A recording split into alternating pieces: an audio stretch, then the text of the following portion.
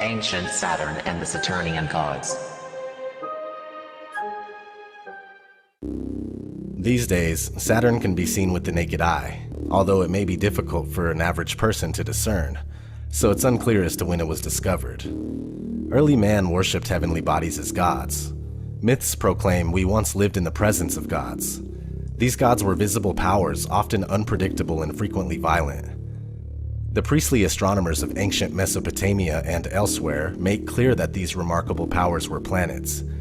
Pictographs show what is commonly considered to be a sun as a huge disk with a smaller one in the center, often with rays flowing out of it, with a third darker circle superimposed in the center of that. Our sun looks nothing like that. In many different cultures, we see a symbol of a crescent with a star in its center. How could this be when there is no star or planet closer to Earth than our moon to form such a configuration? And most importantly, why do so many remote and widespread ancient cultures who most likely could have never been in contact with one another, such as the Sumerians, Egyptians, Chinese, Native American Indians, Mayans, Babylonians, Australian Aboriginals, and many others all tell the same story and draw similar pictures? If these ancient writings were based on valid observations rather than fantasy, then it is suggested that planets were closer to Earth in the past and they moved in a collinear way, meaning that they were lined up as they traveled through space. For observers on Earth, the result was a unified configuration in the heavens, visually dominated by a large glowing planet, theorized to have been Saturn, then seen without its present ring system. The other two bodies in this configuration are believed to be Venus and Mars, with Venus in the middle shining brightly. In many ancient sources, Saturn is called Sun. The usual name for Saturn in Chaldean astronomy was Alap Shamash, meaning star of the sun. Diodorus of Sicily reported that the Chaldeans called Kronos, aka Saturn, by the name Helios, or the sun. And he explained that this was because Saturn was the most conspicuous of the planets. Popular Greek traditions identified Kronos as the alter ego of Helios. Hyginus also wrote that Saturn was called Sol. In the Babylonian astrological texts, the word Shamash, sun, was used to designate Saturn and represented by an 8-pointed star in the middle of a disk, or an 8-spoked wheel. If Saturn was always as inconspicuous as it is present, what could have caused the races of antiquity to give Saturn the name Sun, or the Shining One? Ninib was the Babylonian name for Saturn, or at least one of them. Other names include Ninurta, which according to numerous scholars was the inspiration for the biblical character Nimrod. Ninib is said to shine like the sun. Astrologers must have found it increasingly contrary to reason to associate the star that gives us light and life with one of the palest and slowest of the planets. That's where the word Saturnine comes from. It means dark, slow, and gloomy. The Romans named the planet after Saturnus, the god of the harvest responsible for the Golden Age, which is the same as the Greek god Kronos, with a C, and Chronos, with a K, often confused with Kronos with an H, the personification of time. It seems through the passage of millennia, Kronos has been infused with Kronos, who has been infused with death, aka the Grim Reaper, due to the fact that time leads to death. This is why separate searches for all of these characters will reveal them carrying a scythe. The ancient Greeks had two words for time, chronos and kairos. While chronos refers to chronological sequential time, kairos signifies specific opportune moments. Another noted deity that represents time is Ion, though Ion stands for time unbounded, while chronos symbolizes time divided into past, present, and future. God and time have always gone hand in hand.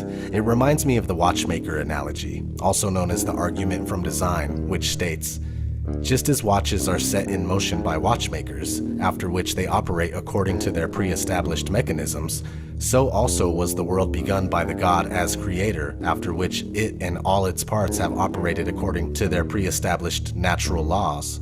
With these laws perfectly in place, events have unfolded according to the prescribed plan. Sir Isaac Newton argued that the regular motion of the planets made it reasonable to believe in the continued existence of God.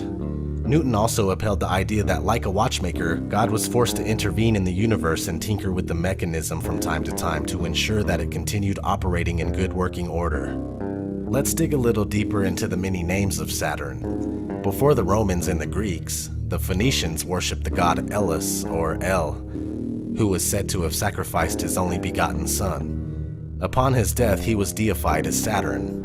Other Phoenician Canaanites worshipped Baal, which is also known as Moloch. Ancient Egypt's version of Cronus was assumed to be the god Jeb, but is also identified with Set or Seth. To the Hindus, he was called Shani, or Shani.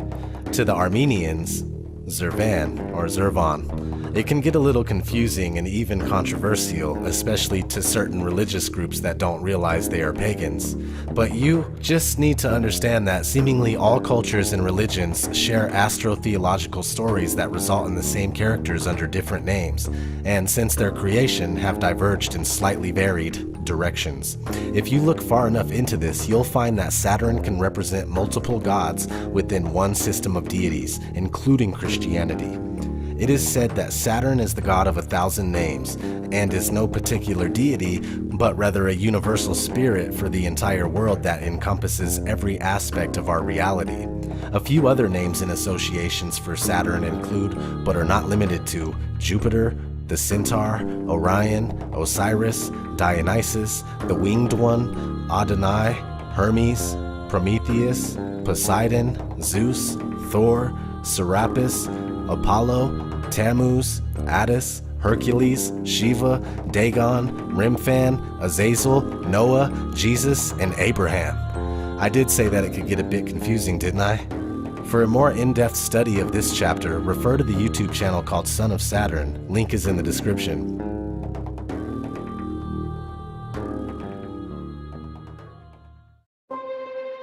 Saturnia and Saturnalia. Before Rome was rebuilt in 753 BC, it was known as Saturnia. Saturnia is where the Roman festival Saturnalia took place in honor of the god Saturn.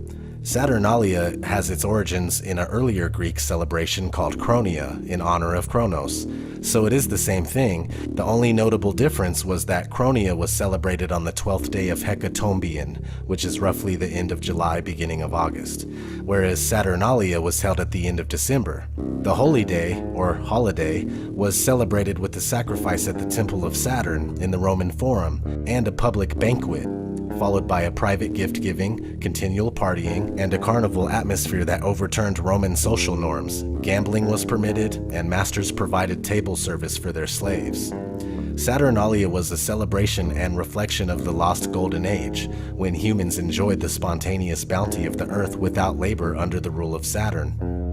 According to Macrobius, a Latin writer from late antiquity who is the major source for information about this holy day, Saturnalia is a festival of light leading to the winter solstice, with the abundant presence of candles symbolizing the quest for knowledge and truth. Celebrated in the later Roman Empire on December 25th at the Dies Natalis of Sol Invictus, which means the birthday of the unconquerable sun, now celebrated as Christmas.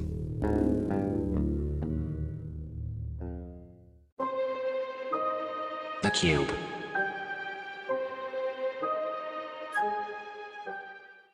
The most sacred place in Islam is the Kaaba in Mecca, Saudi Arabia. The Kaaba is a mosque built by Abraham according to Muslim tradition, constructed around a black stone. The Prophet Muhammad designated Mecca as the holy city of Islam and the direction in which all Muslims should offer their prayers. The Kaaba is believed to be the first place that was created on earth. According to my research, once a year, Muslims gather to encircle the Kaaba and walk around it counterclockwise.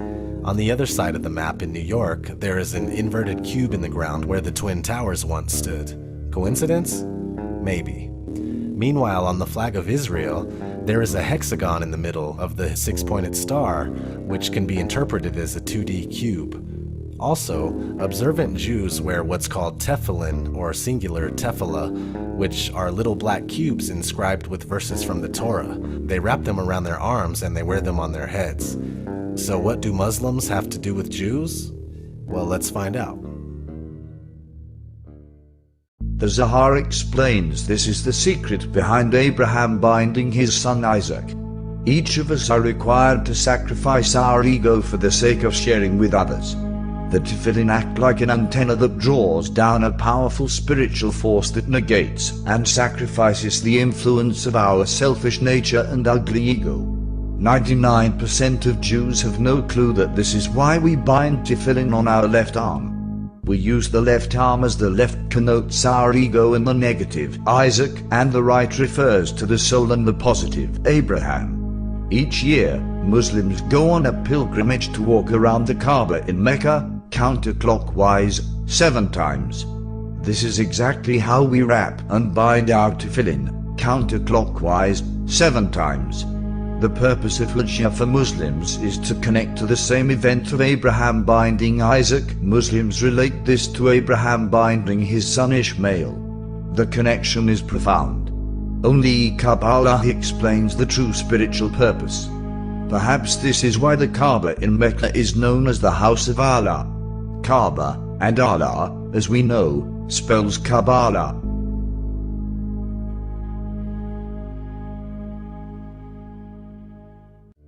And what's all this have to do with Saturn? Well, Saturn has a hexagon on its north pole, supposedly, that can also be interpreted as a 2D cube. An ancient Sumerian cylinder portrays what appears to be a planet with a 6-pointed star ring around it, possibly Saturn. I would also buy that it's a shining sun, bringing us back to the theory that either Saturn was once the sun or another name for the sun. Another connection lies within the name Israel itself. Many scholars, and I mean many, have concluded that Israel is compounded from the names Isis, Ra, and El. You can go against the etymology all you'd like, but this is pretty obvious. So the hexagon, the cube, and Saturn make sense, but I'll admit it's semi-reasonable to be skeptical. People have also connected the black cube worship with a few other black cubes scattered about the world. There is a glass cube Apple store in New York. Apple's logo is already highly symbolic, stands for forbidden knowledge, so the cube is definitely questionable. In the prayer room at the United Nations, there is a black stone. I already know that the UN is crazy, so this is also questionable. They probably sacrifice babies on it. Something eerily similar was shown in the Miley Cyrus video with Big Sean. Here's yet another cube connection with the depiction of New Jerusalem mentioned in Revelations 21:16. Let's look at some relevant books that I found with mentions of cubes. The Shape of God. The infinite cube is a concept without any practical value other than a way to visualize the infinite by limiting it. Infinity is a term that is hard to pin down. Time and space can be called infinite, but you still can't pin down just exactly where infinity is. God, the Absolute, is said to be an infinite cube. There is no place in which God is not present in the infinite cube. The cube unites the tetrahedron and contains it. The cube may be tiled with tetrahedrons. Tetrahedrons may be tiled, infinitely, to infinity, no problemo. Cubes may also be tiled to infinity. The concept of the infinite cube is what is behind the shape of the Holy of Holies and the Kaaba.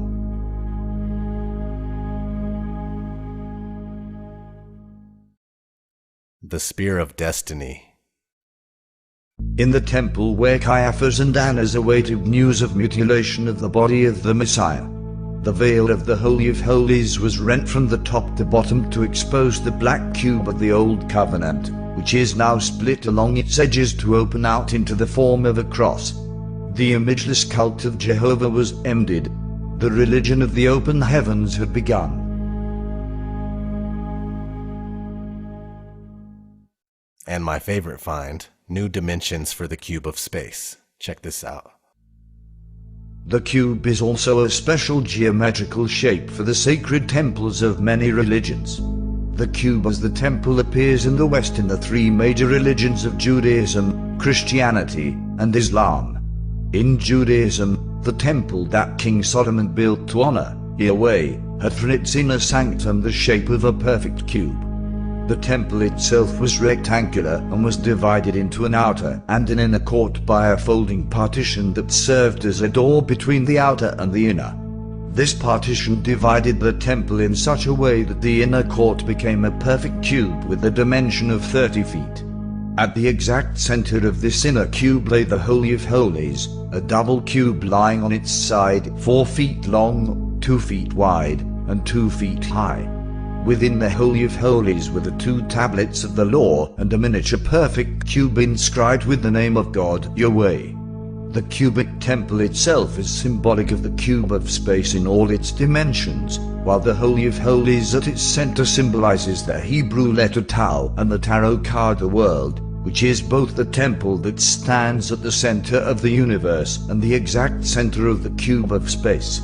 Masonic lodges also obey this symbolism. They are oblong in shape, with the northernmost part of the lodge extending beyond the other 3 walls. 3 lights shine on the central altar, at east, south, and west, to further emphasize the cubic nature of the inner sanctum of the Temple of Solomon. Thus, the lodge itself is the rectangular body of the temple, while the altar is the inner cubic temple. In Christianity, the New Jerusalem, the city of heaven in Revelation, is also a perfect cube, its length, breadth, and height each measuring 12,000 furlongs. Each of the cube's 12 edges measure 12,000 furlongs, a play on the 12 signs of the zodiac that govern the 12 edges of the cube of space. This celestial cube is the cube of space, as the star map of the sky, in which the elements, planets, and zodiac all have their appropriate stations. This heavenly cube also holds a great mystery in that each of its 6 faces measures 144,000 furlongs, 12,000 times 12,000. The number 144,000 is the secret symbolic number of souls in heaven. This sacred number symbolizes every sign of the zodiac squared is in heaven 1,000-fold. It is thus the number for all souls excluding none.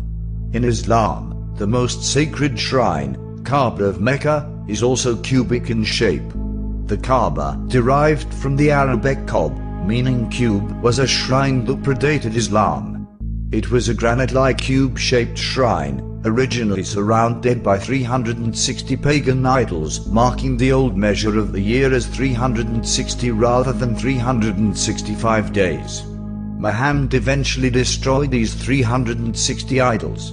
The Kaaba is aligned so that each corner marks a cardinal direction. Embedded in its eastern corner is the sacred stone known as the Black Stone, which acts like the cornerstone of a Masonic structure. Pilgrims who walk around the Kaaba stone 7 times finish their pilgrimage by touching or kissing this sacred black stone. Here again, the cube as the temple becomes a symbol of celestial hierarchy. In this instance, the Kaaba is the central sun, while the wandering pilgrims are the planets, who orbit around the sun.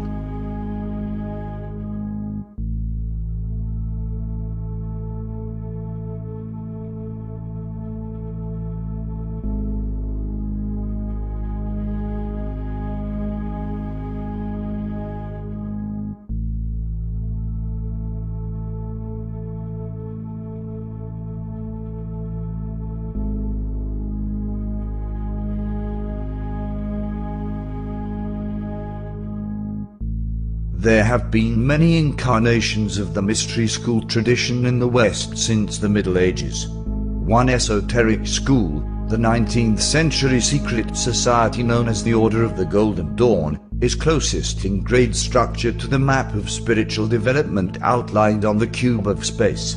In order to understand the initiatory grades of the Golden Dawn, we first need to understand their predecessors. The spiritual lineage for the Golden Dawn is shown briefly in the following timeline: alchemy, Hermeticism, Freemasonry, Rosicrucianism, Theosophy, and finally the Golden Dawn.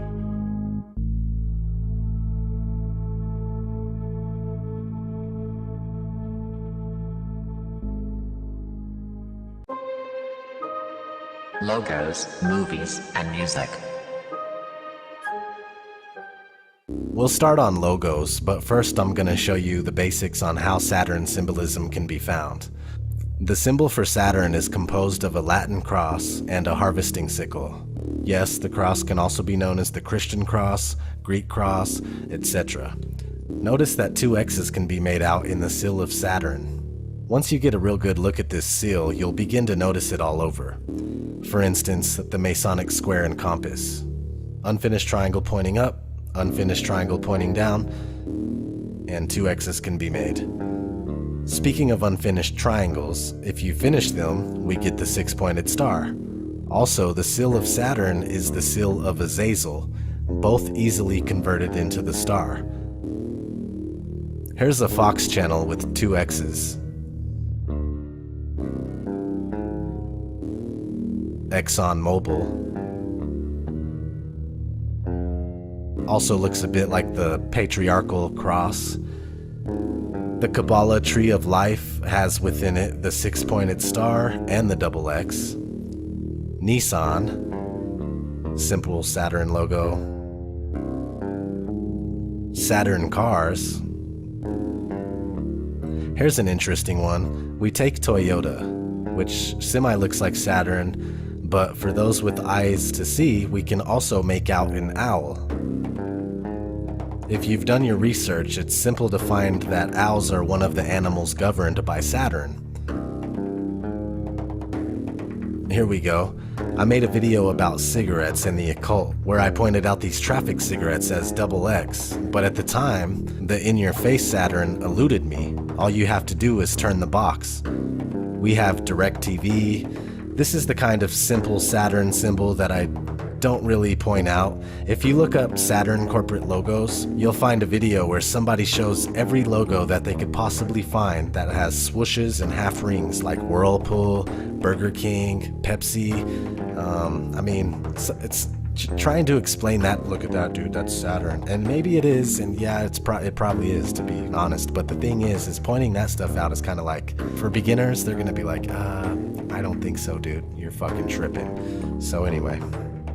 Sometimes it's just put out there, like Sega Saturn. Looks a lot like the Orphic egg, also known as the cosmic egg, world egg, and mundane egg. It's in many ancient creation myths. Here's an ad for Sega Saturn. Head for Saturn. This one is my favorite. It's my personal belief that the elite do this to toy with people. They will zone in on names to use for specific causes. This is how I see this ad. Up on the top left-hand corner it says Ice Cube on Saturn. All I see is Cube on Saturn. In his hand is the console looking like a cube. I believe in coincidences, I've just never seen one. So now we have the GameCube. You can immediately connect this with the star of Saturn. You can also immediately connect this to the G that's in the middle of the Masonic square and compass. And here's what Wiki says about the G.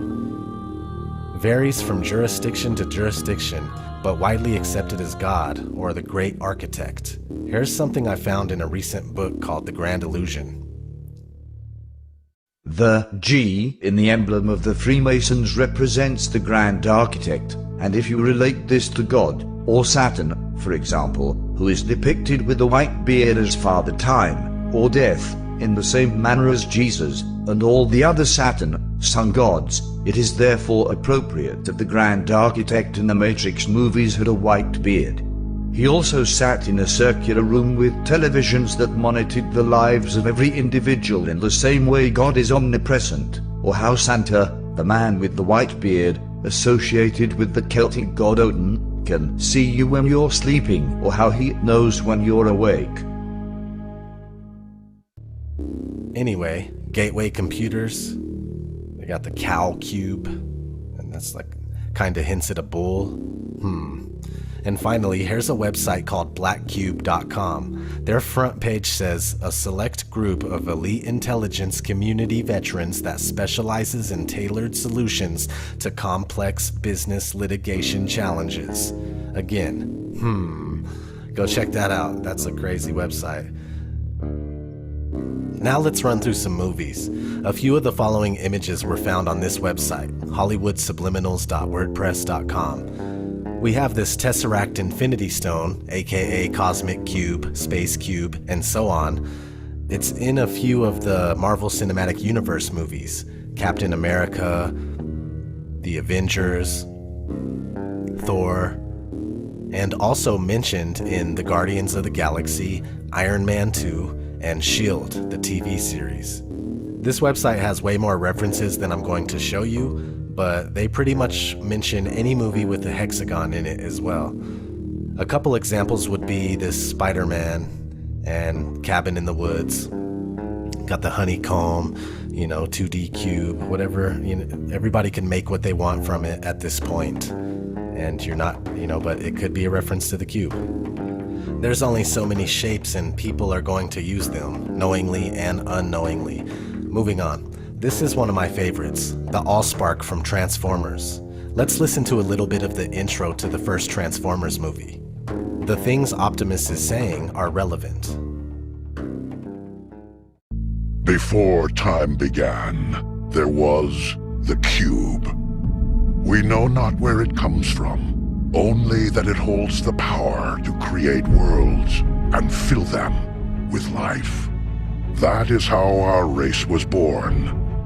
For a time we lived in harmony, but like all great power, some wanted it for good, others for evil. Here's an Argus cube from the movie Super 8. There's a bunch of them and they're parts of spacecrafts that assemble together, kind of like programmable matter.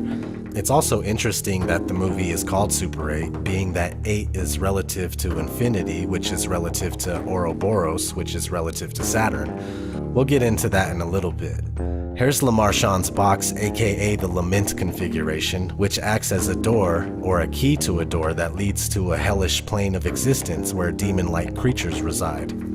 An ongoing debate in the film series is whether the realm accessed by the Lament configuration is intended to be the Abrahamic version of hell, or a dimension of endless pain and suffering that's original to the Hellraiser films. We have the Data Cube from the movie Prometheus. Honorable mention. Any Star Trek geeks in the house? Star Trek The Next Generation! Good, well then you'll remember the Borg and some of their ships being cubes. Borg are a collection of species turned into cybernetic organisms that function as a hive mind called the Collective. Here's a Borg ship passing by Saturn. Interesting enough, Saturn is called Sol 6 in Star Trek, meaning Sun 6, or sixth sun. Here's my other favorite besides Transformers, Sauron from Lord of the Rings. Not only is Sauron strikingly similar to Saturn in name, but the title Lord of the Rings gives it away. Sauron is a giant eye, and supposedly the South Pole of Saturn resembles a giant eye. Looks like the CBS logo as well. And finally, fantasy and sci-fi movies have their own awards ceremonies called the Saturn Awards. Teen Wolf from Masonic Television won one.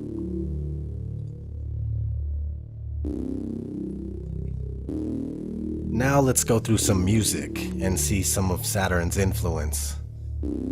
Jimi Hendrix, South Saturn Delta. The Kren, Dreaming Saturn. Last Autumn's Dream, Saturn's Skyline. The band Rings of Saturn. Dante, Saturnine, with a MK Ultra Monarch butterfly. Luke, Les Enfants de Saturne, which means Children of Saturn. Forgotten Tomb, Under Saturn's Retrograde. No Doubt, Return of Saturn. Zoroaster, Voice of Saturn. Son of Saturn, The Saturnine. The Ghost of 313. The Saturn Return. Saturn Dust. Django Django, Born Under Saturn. Michelle, Saturn's Rings. Goldie, Saturn's Return. Here's a weird subliminal in Mike Jack's Escape album. Paul Weller, Saturn's Pattern. Prophets of Saturn. Saturnalian Temple. Saturnian. Saturno. Oh wait, this one's not a rock band. Saturno by Capital Initial. Saturnus, Saturn in Ascension, Brave Saint Saturn, the Chorea, Saturnus, and Black Sabbath. Black Sabbath has to do with Saturn worship, and people have been arguing for centuries whether Saturday or Sunday is the Sabbath. Here's a page from a book called Saturday or Sunday, Which is the Sabbath? Is Saturday the seventh day, according to the Bible and the Ten Commandments? I answer yes. Is Sunday the first day of the week, and did the church change the seventh day, Saturday, for Sunday, the first day? I answer yes. Did Christ change the day? I answer no. James Cardinal Gibbons, Archbishop of Baltimore from 1877 to 1921. Fraternitas Saturni. The Fraternitas Saturni, FS, the Brotherhood of Saturn, has become known to English readers through fragmentary descriptions which emphasize the sensational sex-magical aspects of this lodge's work, or else its darker, more satanic side. This is understandable in the light of the fact that the FS is, or was, the most unabashedly Luciferian organization in the modern Western occult revival, and its practice of sexual occultism perhaps the most elaborately detailed of any such lodge. The FS represents a unique blend of astrological cosmology, neo-Gnostic demonology, sexual occultism, and Freemasonic organizational principles. This grand synthesis was originally the vision of one man, the longtime Grand Master of the FS, Gregor A. Gregorius. Now let us look at some other material that I gathered on the Brotherhood of Saturn.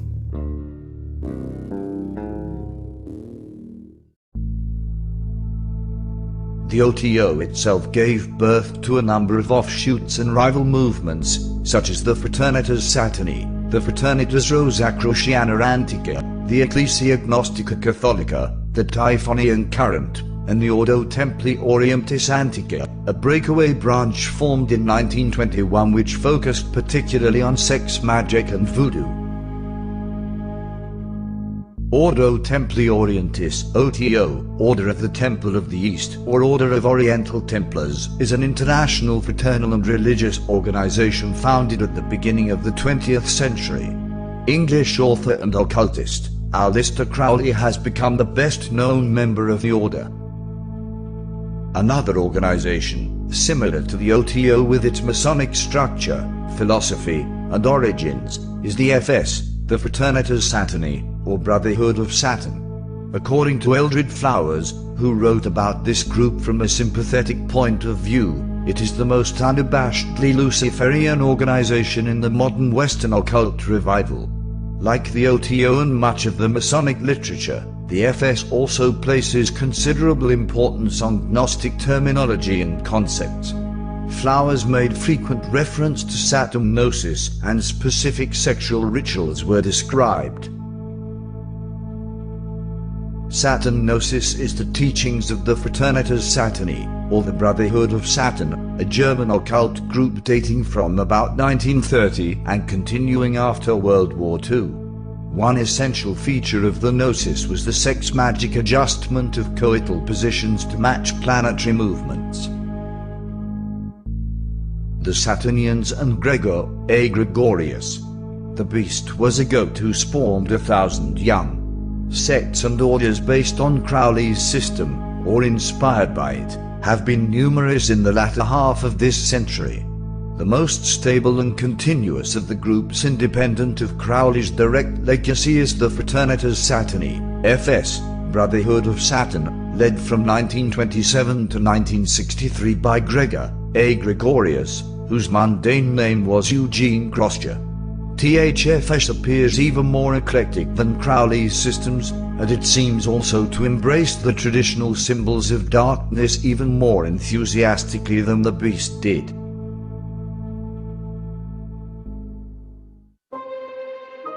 Saturn and Ouroboros. Sometimes the Ouroboros is related to Saturn and some people don't know why. Well, in some depictions of the god Saturn himself, he's holding an Ouroboros. Let's refer to some books for a better understanding.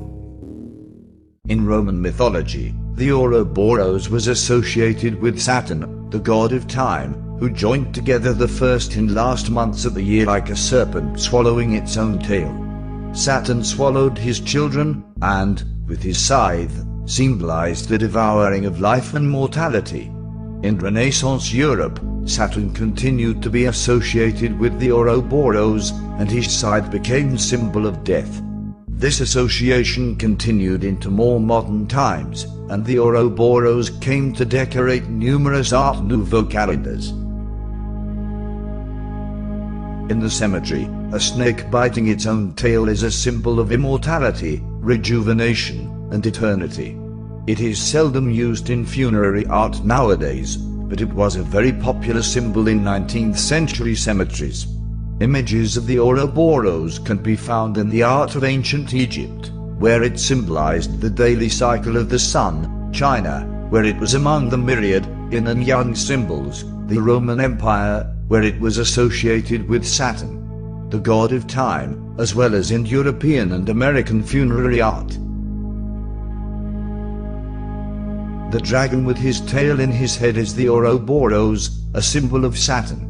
The Greeks knew Saturn as Kronos, a name that means time. The legend of this god is that he ate his own children. The Ouroboros is an image of the perpetual process of creation, destruction, dispersion, and assimilation of forms that animates the universe. The purpose of the great work is to rescue the soul from this fate. That is, to free her from the lending and borrowing forces that would bind her to unbalanced shells that, subjected to time, are perpetually devoured by Saturn. To pass beyond time is to achieve hard it.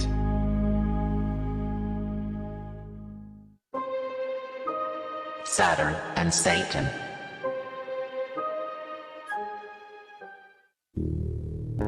I've been told a few times that Saturn is Satan, but with no explanation. We all understand that the two words sound similar or have the same letters, Saturn, Satan, but that's not good enough for me. I wanted to know why Satan was related to Pan and Cernunnos and how they relate to Saturn, so I did some digging. Here's what I came up with. Marduk was the Roman god Kronos, whose name means the Horned One. Artists often depicted Nimrod wearing a crown of bull horns. Kronos was also the Roman god Saturn, who devoured his own sons as soon as they were born. Eusebius recorded the Phoenicians, every year, sacrificed their beloved and only begotten children to Kronos, or Saturn, and the Rhodesians often did the same. Saturn also serves man in the role of Satan, the tempter. When the vibrations of Satan combine with an egocentric personality, people often trade their souls for material possessions and temporal powers. In this respect, Saturn is symbolic of the structure of values which lead to evolutionary growth. Thus, Saturn is the bridge between the forces of universal consciousness. Sometimes, Saturn is referred to as Rex Mundi, the king or prince of the world. Jesus is also known as Prince, and when you look at other depictions of Saturn, the god is viewed as Father Time, and later as the Grim Reaper, because of his influence and control of time. Thus, human aging and the destruction that is brought about in the life and death of every living organism. Father Time is depicted with a long white beard, in the same way as Quetzalcoatl and other deities like Jesus, Zeus, Kronos, etc.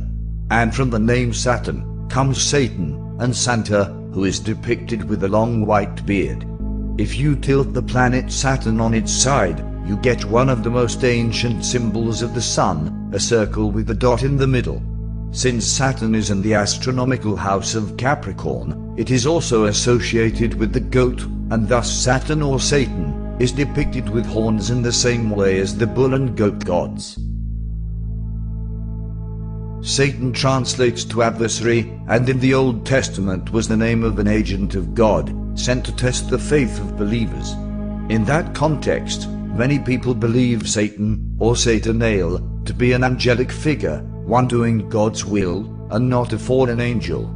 Satan has been linked with many figures in Judeo, Christian, Islamic, and pagan mythologies, including fallen angel Lucifer, the snake in the Garden of Eden, the beast of the Apocalypse, the Islamic Iblis, the Roman god Saturn, the Greek Pan, the Celtic Cernunnos, and the devil.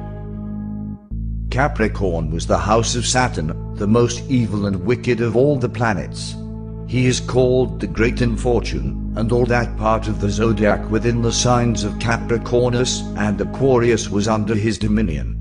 Saturn was also known as Chronos, or time, which destroys all things, and, in the poetical and allegorical language of mythology, devours even his own children. The figure of Saturn with his scythe is to this day an emblem of decay and death.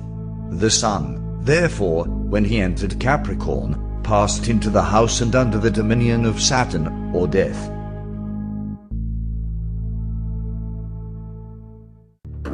There's also a book called Saturn, A New Look at an Old Devil. That's worth checking out.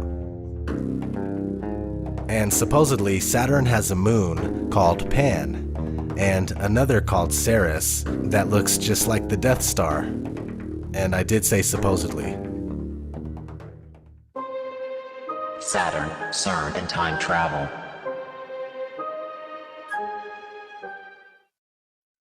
So we've connected Saturn to Cernunnos, and it seems that CERN is a wink to Cernunnos. Saturn being the god of time, it would make sense if the people behind it are indeed occult-minded, which seems the case. In CERN's logo, we can spot 3 6s. On TV, we're seeing CERN-like machines with the capability of time travel. Anyone who has ever done the proper research would understand that Hollywood and mass media is but a branch of social engineering that often uses predictive programming. So what is CERN up to? It's mostly speculation, and I've yet to research it enough to really know, but with a machine or machines that big, the chances of a huge event that affects our reality go up a little bit. For more videos on the subject of CERN and time travel, check out Truth Media Revolution. As I mentioned in Chapter 1, Son of Saturn has Saturn videos packed with information. I had to watch all of his videos twice or more, but it was worth it. Thank you, Son of Saturn. And thanks everybody else for bearing with me. This was 3 weeks in the making. This was honest research from a non-religious and unbiased observer. I'm not pushing an agenda, and I'm not a shill or satanic just because you may not agree with my research. I'll leave you with one last fun fact.